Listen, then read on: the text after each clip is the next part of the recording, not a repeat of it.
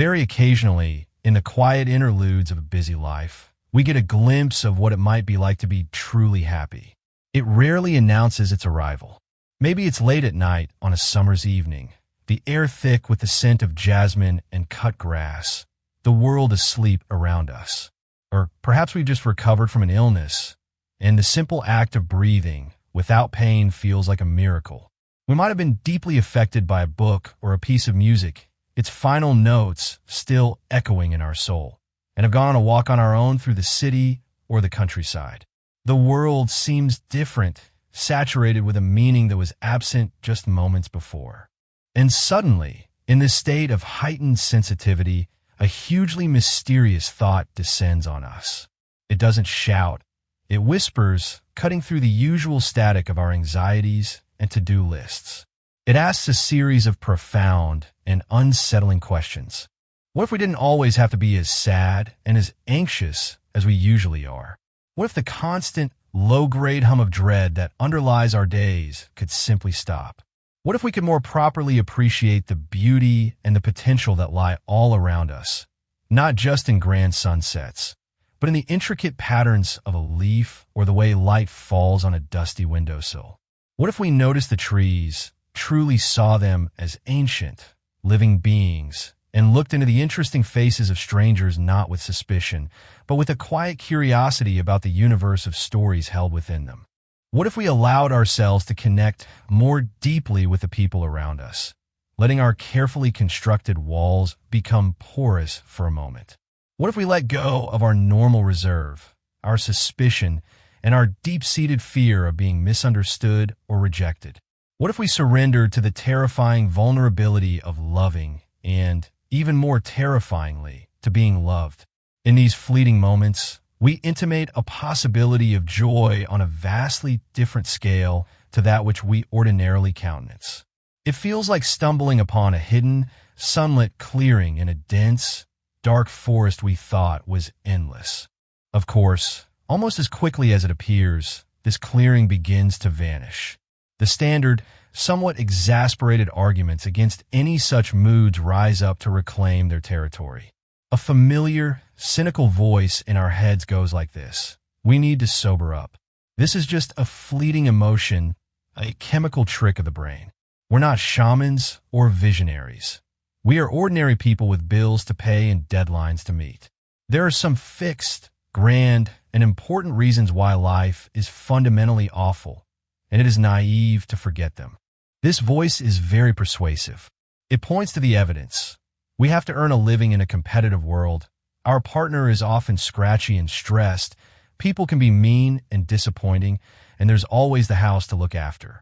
The news is a constant barrage of crisis and conflict. But the argument goes deeper beyond the practical. More existentially, it insists this is a journey of suffering. Hardship builds character. We didn't get to where we are today by training our eyes on the upside. We survive by anticipating the worst. It all sounds sensible enough, a kind of grim wisdom passed down through generations.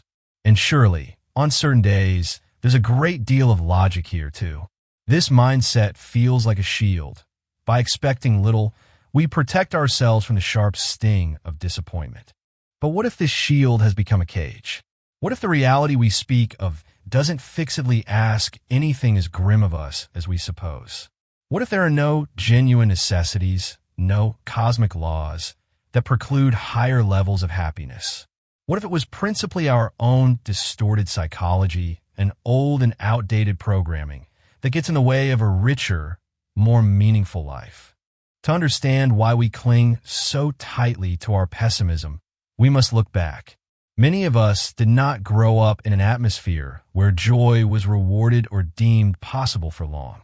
The emotional weather of our childhood home may have been overcast.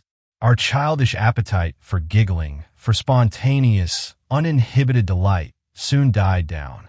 It may have been met with a weary sigh, an irritable "be quiet," or the palpable anxiety of a parent.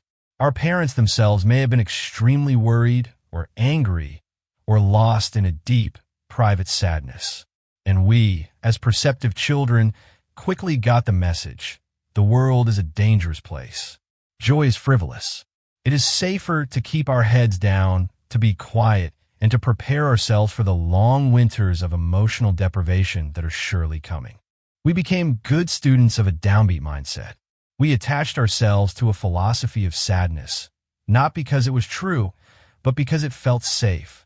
It was the language of our home. We learned to expect little, to shrink our hopes to a manageable size.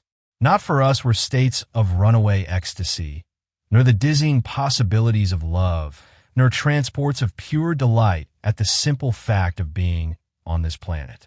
We learned to see the catch in every opportunity, the potential for failure in every endeavor. Without necessarily noticing what happened or why, we developed into people who remain loyal to what was implicitly demanded of them in their early years. This loyalty is unconscious but powerful. We are still living within a mentality we were quietly coached for, a script we were handed and had no alternative to at age 7 or 14. To feel consistently joyful can, for some of us, feel like a betrayal of our origins, a departure from the tribe. But what if in our adulthood at this very stage in our lives, there are no ongoing reasons to keep holding on to sadness and worry with our customary bone-deep energy? What if the threats of the past are no longer present? What if we could dare to become fundamentally different, more open to joy, and able to bear the radiant weight of hope? This isn't about ignoring life's real difficulties, but about refusing to let them be the only story. Imagine what this could look like. We might go into new friendships expecting that they could become genuine sources of satisfaction and mutual support, rather than anticipating their eventual decay. We might pick partners who don't just reinforce our familiar sense of isolation and inadequacy, but who challenge it, who see our light and reflect it back to us. We might consciously set up our interactions with others so that they have a higher chance to succeed by being clearer in our communication and more generous in our interpretations. We might, in time, take on board one of the most shocking and revolutionary of all thoughts. What if we're not here to suffer?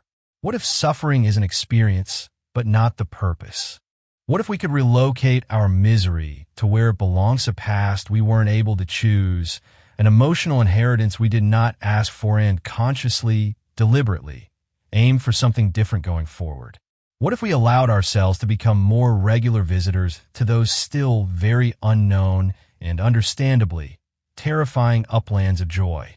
This is not a simple switch to flip. We won't change a lifetime of conditioning in a day or in a little film. It is a practice, a discipline, much like learning a new language or a musical instrument. It requires patience and self-compassion. There will be days when the old sadness feels more comfortable, more real, but we might derive immense benefit from every spur we can get, every reminder that another way is possible. This path is not easy. It is a conscious, daily choice to turn our faces toward the sun, even when we can only feel its warmth faintly. But with each small step into those uplands, with each moment we choose curiosity over fear, the air becomes a little clearer, the landscape more vibrant, and the light more brilliant. It's about expanding our capacity to hold both the sorrow of our past and the immense potential of our future. It is the brave and beautiful act of choosing to believe in a new season, even after a long, cold winter. And what if, just what if, that belief is all it takes to make the flowers bloom once more? If these ideas resonate with you, and if you are ready to continue exploring these uplands of joy and understanding the landscapes of your own mind, we invite you to join our community. Subscribe for more films that serve as a spur, a guide, and a companion on this most important of journeys. Let's walk this path together.